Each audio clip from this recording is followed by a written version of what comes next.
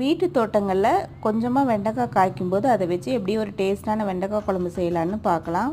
வெண்டைக்காயோட உரித்து வச்ச சின்ன வெங்காயம், ஒரு உருளைக்கிழங்கு, தக்காளி இதெல்லாம் சேர்த்து செய்கிற புளிக்குழம்பு ரொம்ப டேஸ்ட்டாக இருக்கும்.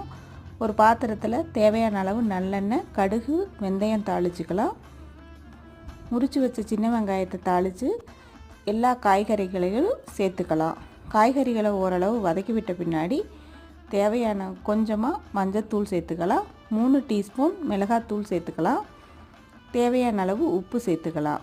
இதையெல்லாம் நல்லா கலந்து விட்டு சிம்மில் வச்சு தக்காளி மசிகிற அளவு நல்லா வேக வச்சுக்கலாம்.